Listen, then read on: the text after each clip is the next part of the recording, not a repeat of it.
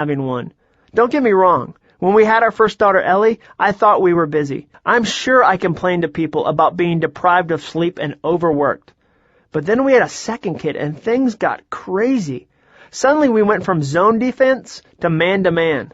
That's when we got busy. But that's okay, because busy is a bit of a badge of honor these days. And so many of us wear that badge. And we are busy. We work longer hours than previous generations. Harvard economist Juliet P. Shore, in her book The Overworked American, estimates that the average employed person is now on the job an additional 163 hours, or the equivalent of 1 month a year, compared to figures from 20 years ago. And trying to fit a dream into that already rabid schedule seems impossible, if not foolish. So we comfort ourselves by saying, I'd pursue my dream if I had time. I wrestled with that excuse when I wrote my first book. I wasn't the first person to turn a blog into a book. In fact, my inspiration, Christian Lander, had already turned his blog Stuff White People Like into one. So had a lot of other bloggers, and there was a bit of a pattern established. Sign huge book deal. Quit job.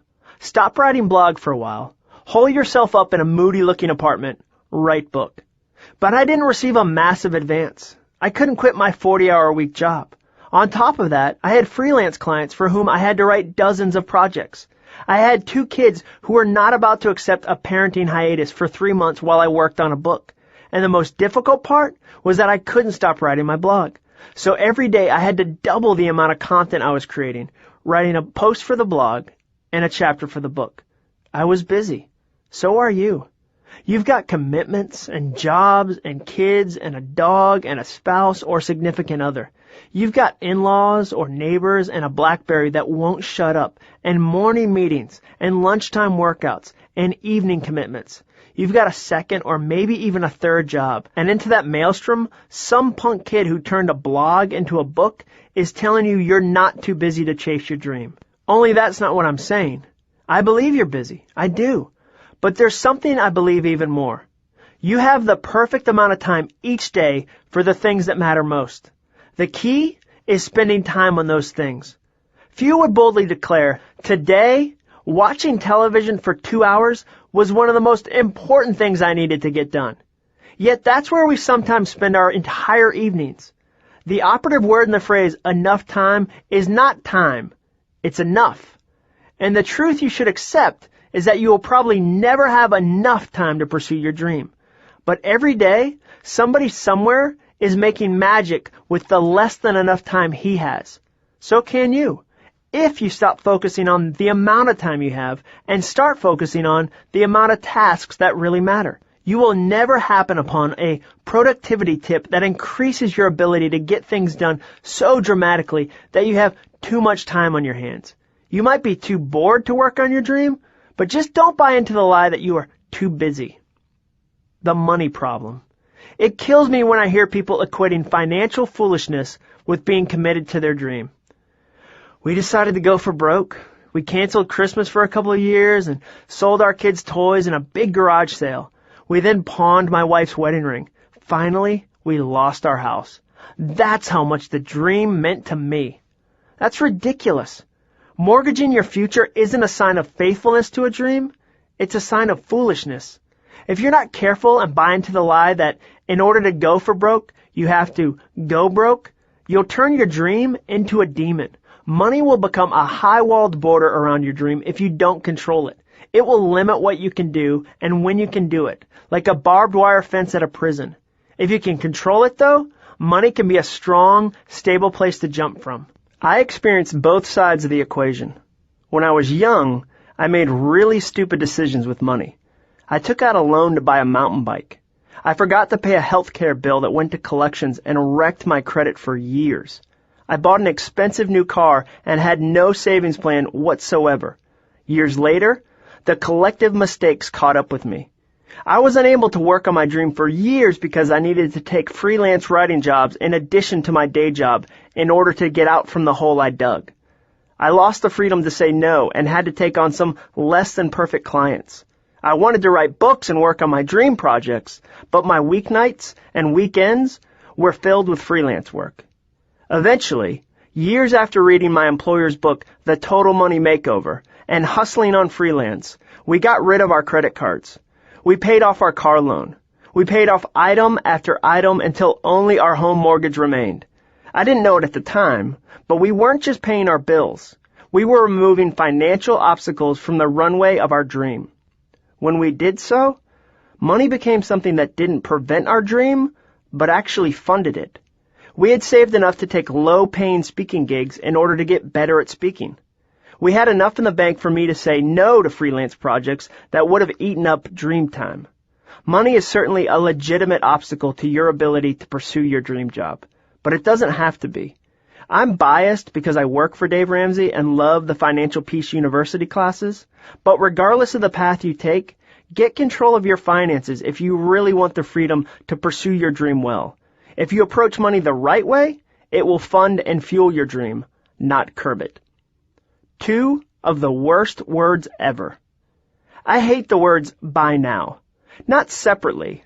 I've never had a problem with buy when it's on its own or supporting another sentence. I have no issue with stuff Christians like, buy John Acuff. It performs admirably in that example. And now is a fine word too. Short, rhymes with cow, often the place people encourage you to live. I got nothing but love for now. But when those 2 words team up and hit the town together, fist pumping and drinking the night away, they become something entirely different. They are not peanut butter and chocolate together at last. They are orange juice and gasoline. Helpful in isolation, napalm collectively. The problem is that by now is a phrase we say to ourselves when we're trying to believe the lie that it's too late to start pursuing our dream. As we survey our lives and stand on the edge of the possibility cliff, we start to say things like, if I were really going to be a high school teacher, by now I would have already had a few years of teaching experience. If I were going to be a musician, by now I'd be better at the guitar. If I were going to be a pastor, by now I would have gone to seminary. The goal of the phrase by now is to offer yourself a twisted justification that, indeed, you could have been what you wanted to be, but alas, you're too late. The tricky thing is that by now isn't age specific. You'll tell yourself this at 25 or 55. And if you convince yourself of this, you will also believe the next lie, which is don't start. The window of opportunity has closed. The ship has sailed while I was busy working or parenting or paying off student loans. It's too late. Don't start. Don't let the phrase by now in. Like the vampires in the first Corey Haim film Lost Boys, the only Lost Boys film I officially recognize, it can only come in if you invite it. Just to jump off script for a second, one of the ideas that I wrestle with sometimes is when I'll compare the start of an adventure for me to somebody else's later chapter.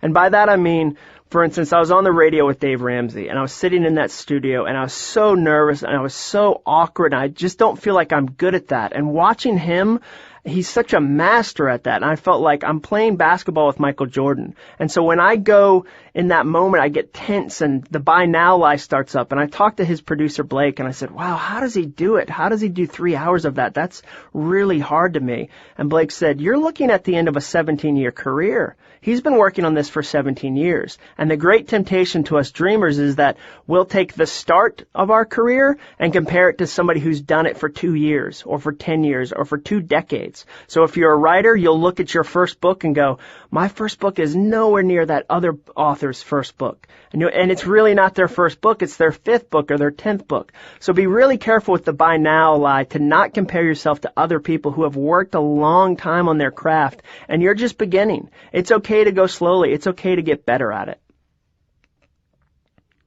What if I do the wrong thing? I wish there were a chapter in this book entitled Wicked Big Confidence, and it was easier to write than this one about obstacles.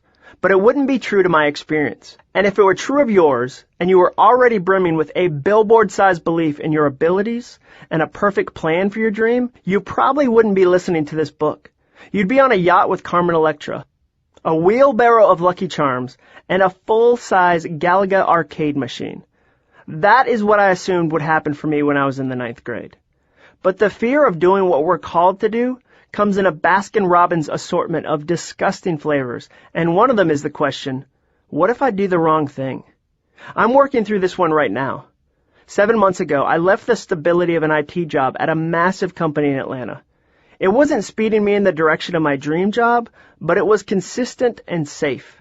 I loved my boss and the people I worked with. I had a steady salary and got to do a lot of the stuff I dreamed about on the side of my job, in the corners of life. Openly, I questioned what it would be like to do what I love full time, but not enough to actually do something about it. Then Dave Ramsey pulled me aside and made me a ridiculous offer. I had just finished speaking to his team of roughly 300 people at a weekly meeting. I'd driven up from Atlanta, expecting to maybe have a casual meeting with one of his team leaders about doing some freelance work. My expectations were low. After I was done speaking, Dave asked me to stick around and have a conversation. I consider him a celebrity, but still tried to play it cool and act like I regularly had big conversations like this in fancy conference rooms with comfortable chairs. My cover was almost blown when Dave's assistant walked in and said, "Dave, you have to call Tony Dungy in 5 minutes." Now that I'm a thousandaire, I'd probably say, "Tell Dungy we'll call him back later. He's not even an active NFL coach anymore."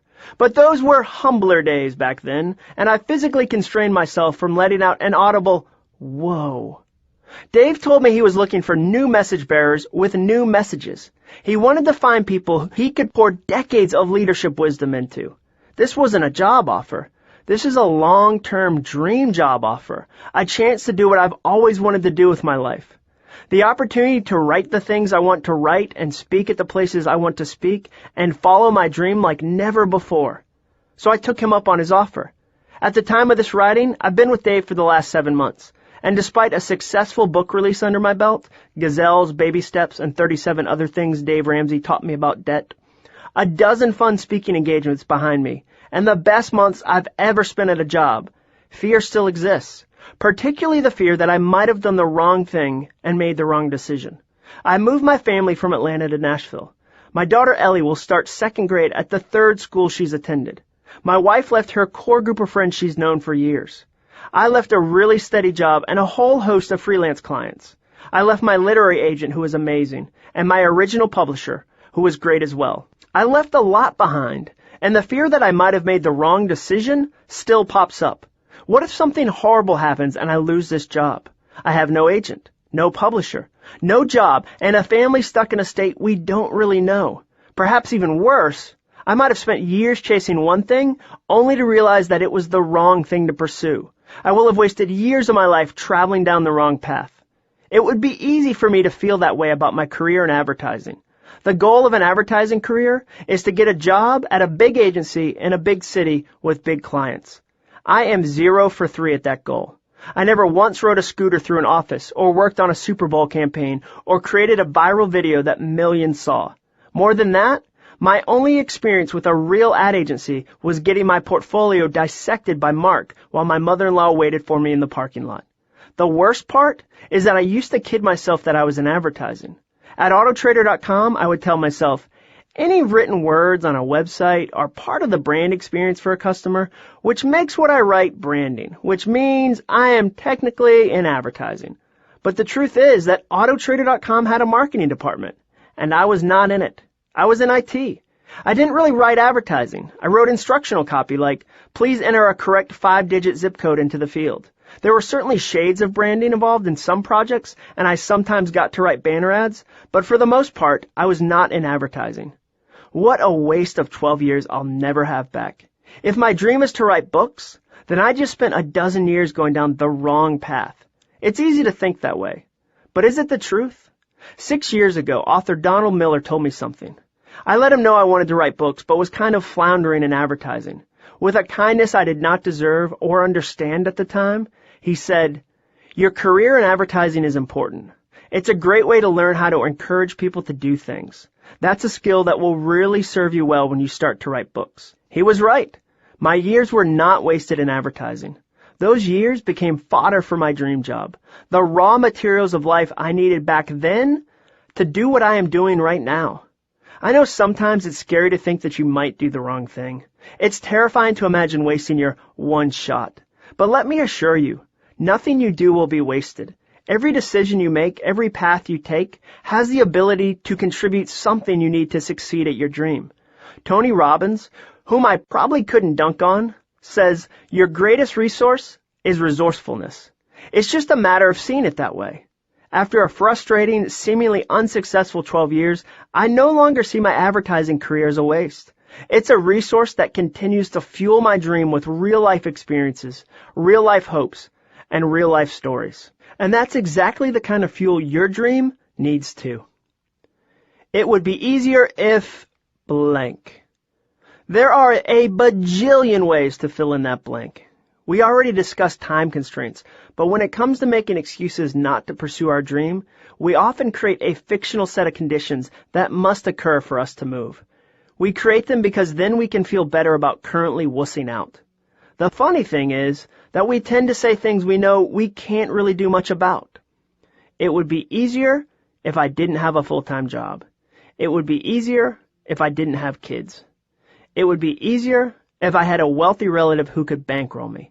It would be easier if I weren't married. Those are a few of the excuses I heard in my head when I started to write my first book, and they were senseless because I couldn't easily do anything about them other than complain and waste energy. It would be easier if I didn't have a full-time job. We always assume that more free time will equal more productivity, but often that isn't true. I personally tend to get more done when I am busy. But let's pretend that wasn't the case.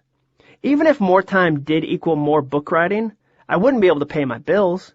We weren't living lavishly when I got serious about my personal writing, but it turns out the hospital requires money for their services. So does the grocery store and the mortgage company. So wishing that I didn't have a full-time job was a stupid complaint. I had to make money somewhere, and Lowe's had run out of the trees that grow it. Move on. It would be easier if I didn't have kids. You know how many books I was able to write in all my free time before kids? 0. But parents often blame their inability to pursue their dreams on their kids. That's a fun cycle of shame and guilt to get on. Regret not following your dream. Blame your kids because you're busy. Feel guilty for blaming your kids and not loving them as much as other parents who don't blame their kids. Give up on your dream for a little while. Eventually, regret not following your dream again. Repeat. This one is even dumber than complaining about not having a job because I had kids. I could always quit my job. I should never quit my kids. It would be easier if I had a wealthy relative who could bankroll me. My dad is a pastor. Back when I was a kid, pastors didn't drive Rolls Royces. It's possible he was too lazy, but I feel it might have been a moral decision on his part. Hard to say. I didn't grow up wealthy. I used to be terrified that my mom would ask us to rock the Knights of the Round Table shirts instead of real polo shirts, which we couldn't really afford. We were by no means poor, but none of the minivans my mom drove ever had spinning rims. Wishing you were born into money or somehow had more of your own is a fun excuse because our society is laced with phrases like, you need to spend money to make money, and money makes the whole world go round. So if you were rich or your parents set you up with a trust fund, maybe it would be easier to do your dream. But guess what? I've never read the biography of someone successful that had a chapter titled, The Day I Found the Bag of Diamonds. And let's be honest, do the rich people you see in the tabloids always seem happy and content? Have you ever seen a cover of Us magazine that says, 10 years of no celebrities entering rehab. They're all too busy living their dreams. Usually it's the other way around. Money can't buy happiness, a thought I just came up with on my own and should probably trademark. And although I've met some happy, hard-working wealthy people, I've also met some incredibly miserable wealthy people too. Don't wait for money to save you. It would be easier if I weren't married.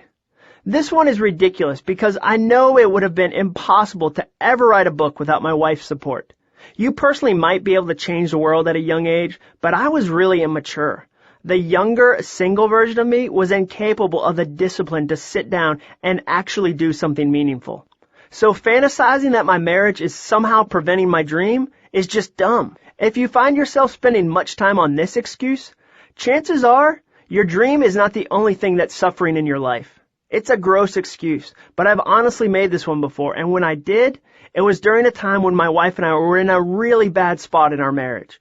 We ended up going to counseling and spending a lot of time on our marriage before I could even worry about my dream. If you're there in your marriage, get some help. And if you do, don't try to guess what the other people are in here for in the counselor's lobby. Apparently, folks don't like that. A spouse needs to be on the same page with you and a partner in what you are chasing. You never want to have them on the other side of your dream, because the harder you lean into it, the further away you'll push them.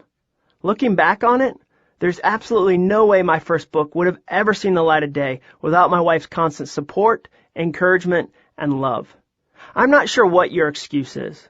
Maybe you've never thought it would be easier if blank. But chances are, you've wasted time before spinning out on something that is never going to be. You can't go back and be born to a wealthier dad. You've got to be a mom or dad to your own kids. In most cases, you have to work. And if you're in a marriage that can be healthy but has hit a bump in the road, getting a divorce is not going to lead to instant dream fulfillment. Let go of the "it would be easier if." Less risk, more reward. There are thousands of possible risks, and I only covered a handful. Even if you get great at looking at them, even if you develop the best telescope on the planet, that won't eliminate risk completely. The only people who don't face risk are dead people, and they don't buy books, or at least aren't in our target audience, so I'm going to ignore the needs of the dead. The undead too while I'm at it. But there are ways to mitigate the risks you'll face as you pursue your dream job. There are methods to neutralize financial risks and personal risks and professional risks as you step out in your dream. There are tricks you can learn to shrink the risk you'll see along the way. And the surprising thing is that you can find those tips in the last place most dreamers look, your day job. Chapter 4. Falling in like with a job you don't love. For the first 10 years I held a day job, I thought about quitting at least once a week. I'd often wake up counting the number of remaining days I had to get up early that week. I'd run quitter's math in my head, playing out possible scenarios. If I stay at autotrader.com until 2009, I will have been here over 2 years, which will look better on my resume and give me something to say to my wife when she observes, "You always quit your job so fast." Not true, I'll say. I stayed at autotrader.com for 2 years. Every time I'd attend an annual team meeting, I'd think, this is probably my last one. When project deadlines would be extended, I'd imagine never seeing the end of the project.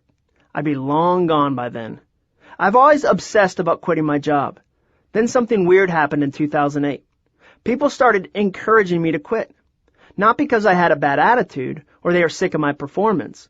People were urging me to quit my job because I started to dream. The relationship between dream jobs and day jobs is so misunderstood in our culture that we think success at one means the instant death of the other. So when I signed a book contract in 2008 and saw my blog start blowing up, people came out of the woodwork to ask, "When are you going to quit your job?" With a degree of incredulousness that bordered on stupor, friends and family expressed shock at my sanity. "Why haven't you quit yet? Why are you still there?" In a culture of quitters, we assume dumping the day job is the first step when the dream starts to stick. Have dream, have small modicum of success, quit job. People ask me this constantly when I wrote my first book. They were so excited for me because surely it was going to happen soon. I was going to fulfill the great American dream. I was going to quit my day job. Even my boss regularly asked how long I was going to be at my job now that I had a book deal. She poked and prodded, often in a joking way, but she was not the only executive who said I wouldn't be around for long. This is tempting.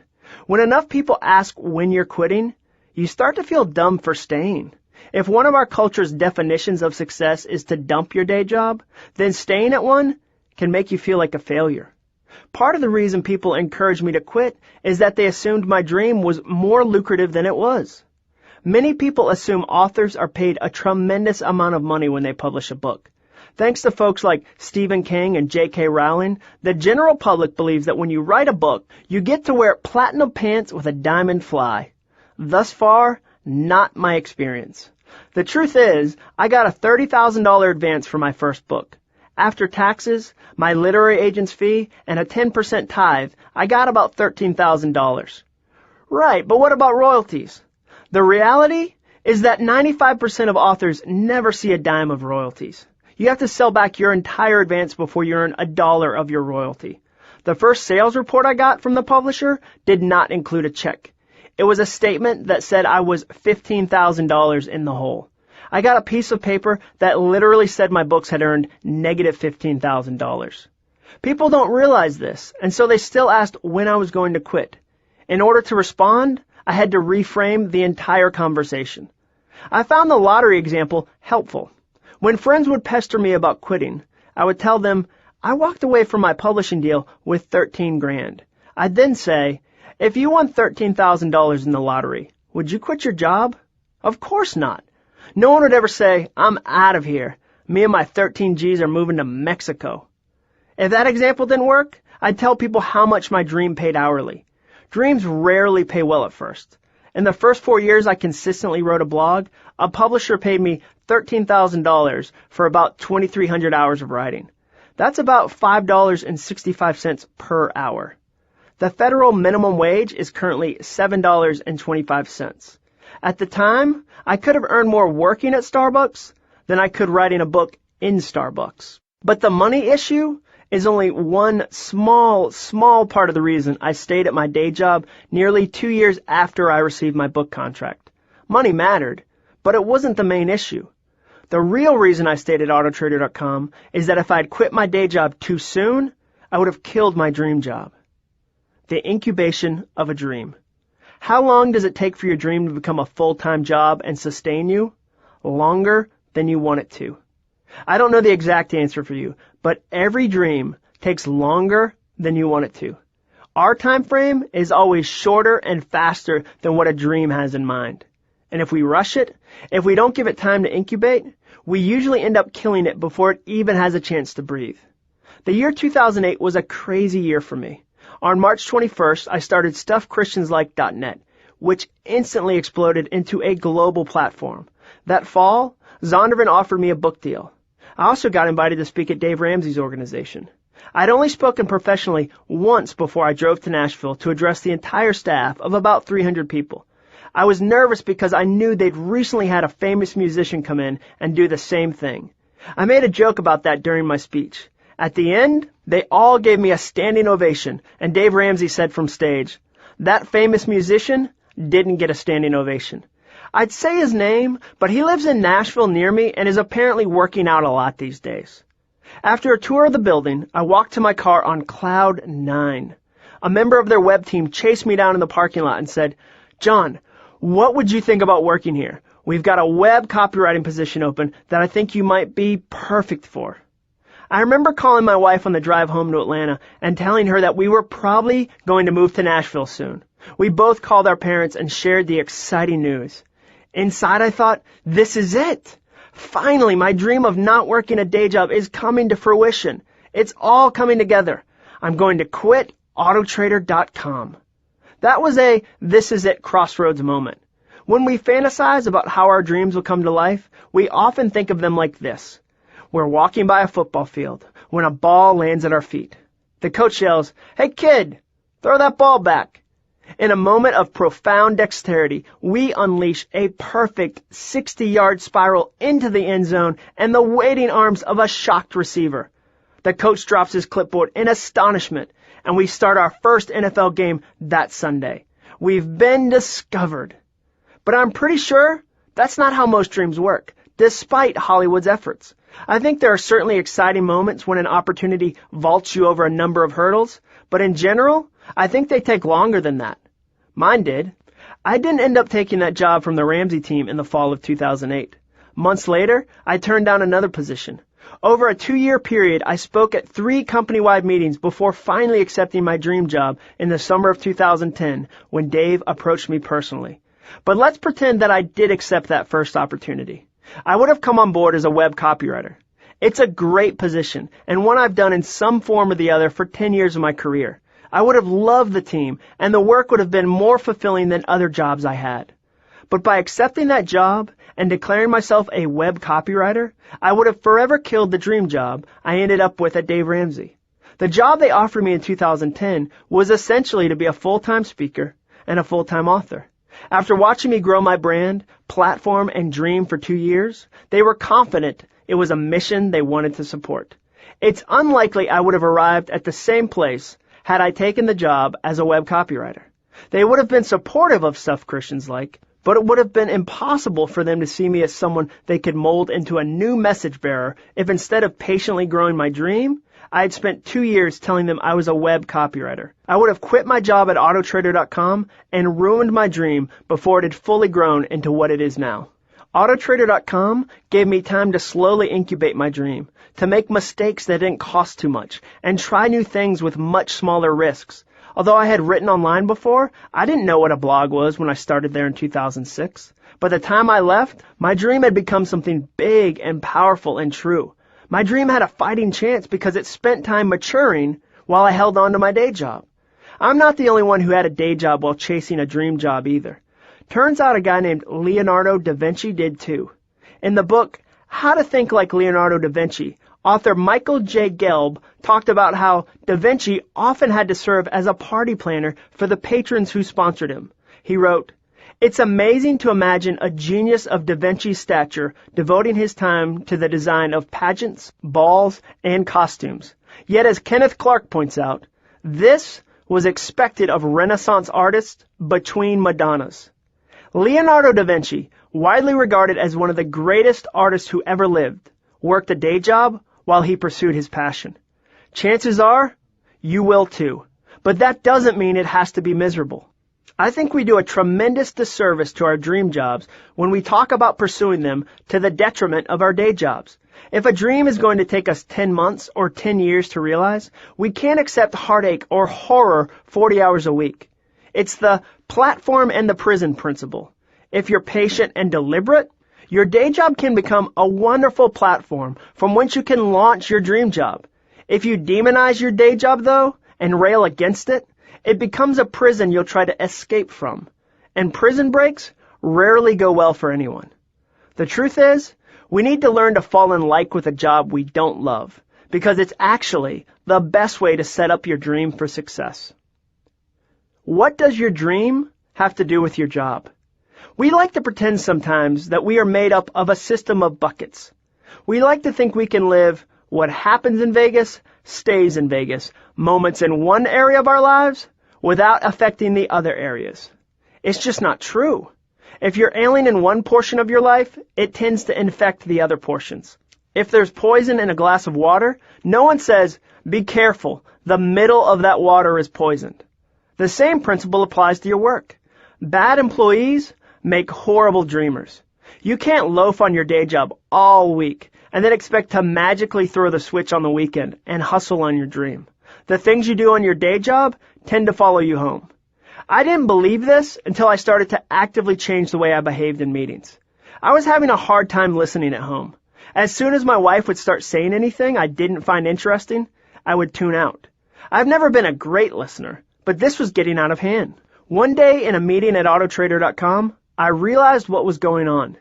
Every week, 5 days a week, I was checking out in meetings. Most of the meetings I went to did not have earth-shaking implications for my life. So in a lot of them, I got bored.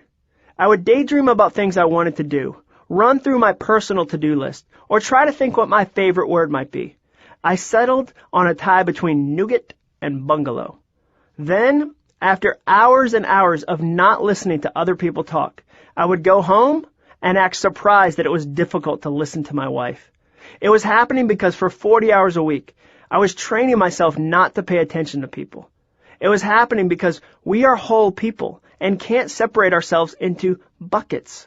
That's the biggest reason it's critical you work hard at your day job. You're not just working, you're practicing for your dream. Even if they're completely unrelated, and I'm not sure they are, the effort you invest in work will return big dividends to your dream. If you want your dream job to work on your day job. Remember why you work. I have what dentists call lottery mouth. I don't technically know if they've ever used this phrase, but they should. Because when dentists look inside my mouth, they envision ski boats and second homes and college tuition for their kids.